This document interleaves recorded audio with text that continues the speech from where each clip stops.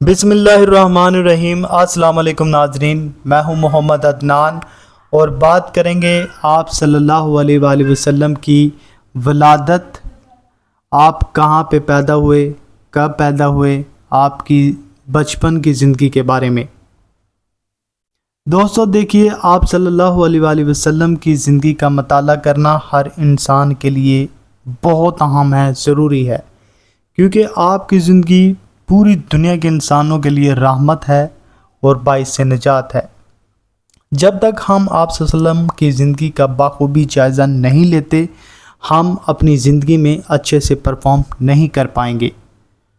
تو آئیے دوستو، سب سے پہلے ہم آپ صلی اللہ علیہ وآلہ وسلم کی ولادت سے شروع کرتے ہیں کہ آپ صلی اللہ علیہ وآلہ وسلم 12 ربیع الاول دن سوموار اور 571 عیسوی میں پیدا ہوئے۔ سیرت نگاروں کے نزدیک اکثریت اس کو مانتی ہے۔ آپ صلی اللہ علیہ وآلہ وسلم مکہ میں صفا پہاڑی کے قریب شعیب ابی طالحہ کے ایک گھر میں آپ کی پیدائش ہوئی۔ شعیب ابی طالحہ مکہ مکرمہ کا ایک مشہور محلہ تھا۔ اس میں بنی ہاشم کے گھر اور رہائش گاہیں تھیں۔ اس محلے میں آپ کی ولادت ہوئی۔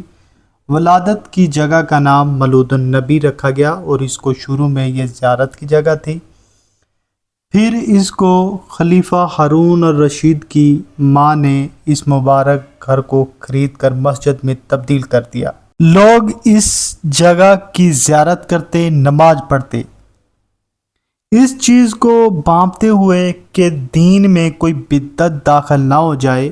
سعودی حکومت نے مکہ لائبریری بنا دی۔ یہ لائبریری مسجد الحرام سے 500 میٹر کی دوری پر مغرب کی طرف واقع ہے۔ آپ صلی اللہ علیہ وآلہ وسلم کی والدہ ماجدہ بی بی آمنہ رضی اللہ تعالی عنہا کے مطابق ان کے ایام کے دن بڑی آسانی سے گزرے، کوئی بوجھ محسوس نہ ہوا۔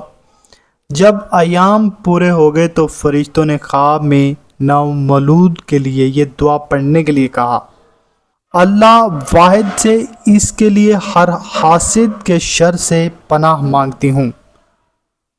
حضور صلی اللہ علیہ وآلہ وسلم کے دادا جان عبد المطلب نے اپنے پوتے کا اسم مبارک محمد رکھا۔ جب قریش نے حضرت عبد المطلب سے منفرد نام رکھنے کی وجہ پوچھی تو انہوں نے کہا کہ محمد نام اس لیے رکھا تاکہ میرے فرزند کی تعریف دونوں جہان میں ہو۔ حضرت عبد المطلب اپنے پوتے کو گود میں اٹھا کر کعبہ شریف لے گئے اور یہ دعا کی: سب تعریفیں اللہ کے لیے جس نے مجھے پاک آستینوں والا یہ بچہ عطا فرمایا۔ یہ اپنے پنگوڑے میں سب بچوں کا سردار ہے، میں اسے بیت اللہ شریف کی پناہ میں دیتا ہوں۔ پیدائش کے 7 روز بعد حضرت عبد المطلب نے ایک اونٹ ذبح کر کے عزیز و اقارب کی دعوت کی، جسے آج کل حقیقہ کہتے ہیں۔ رسم کے مطابق آپ صلی اللہ علیہ وآلہ وسلم کے سر کے بال منڈوائے گئے اور بالوں کے وزن کے برابر سونا خراد کیا گیا۔ آپ صلی اللہ علیہ وآلہ وسلم کی والدہ نے 7 روز تک اپنے فرزند کو دودھ پلایا۔ اس کے بعد آپ کے تایا ابو لہب کی کنیز سوابیہ نے آپ کو دودھ پلایا اور دیکھ بھال کی۔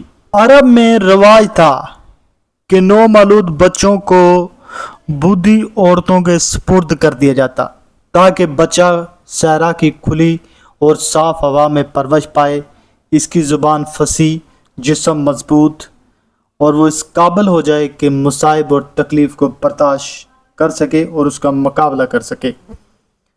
آپ کی ولادت بسعادت کے موقع پر بھی چند بوڑھی عورتیں بچوں کو گود لینے کے لیے مکہ آئیں۔ قبیلہ بنو سعدیہ کی حلیمہ بی بی کی گدی چونکہ کمزور تھی لہٰذا وہ تاخیر سے پہنچی۔ اس دوران بوڑھی عورتوں نے امیروں کے بچوں کو گود لے لیا تھا۔ رسول صلی اللہ علیہ وآلہ وسلم کو یتیمی کی وجہ سے کسی نے گود نہ لیا تو حلیمہ بی بی نے آپ کو گود لے لیا۔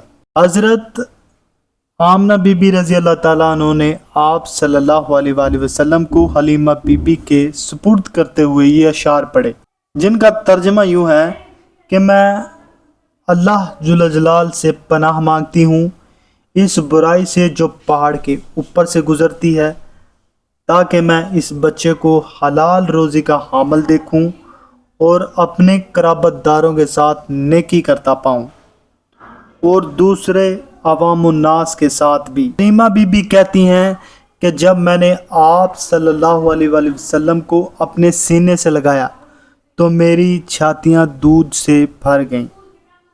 آپ صلی اللہ علیہ وآلہ وسلم نے خوب سیر ہو کے دودھ پیا۔ آپ کی برکت سے رضائی بھائی بھی شکم سیر ہوا، یعنی آپ کے رضائی بھائی نے بھی پیٹ بھر کے دودھ پیا۔ آپ صلی اللہ علیہ وآلہ وسلم صرف ایک جانب سے دودھ پیتے اور دوسری جانب سے اپنے بھائی کے لیے چھوڑ دیتے، گویا آپ نے بچپن میں انصاف اور مساوات کا عملی مظاہرہ کیا۔ حلیمہ بتاتی ہیں کہ واپسی پر ان کی جو کمزور اونٹنی بہت تیزی سے دوڑی اور تمام بوڑھی عورتوں کے جانوروں کو پیچھے چھوڑ گئیں۔ وہ حیران ہو کے پوچھنے لگیں، کیا یہ وہی اونٹنی ہے؟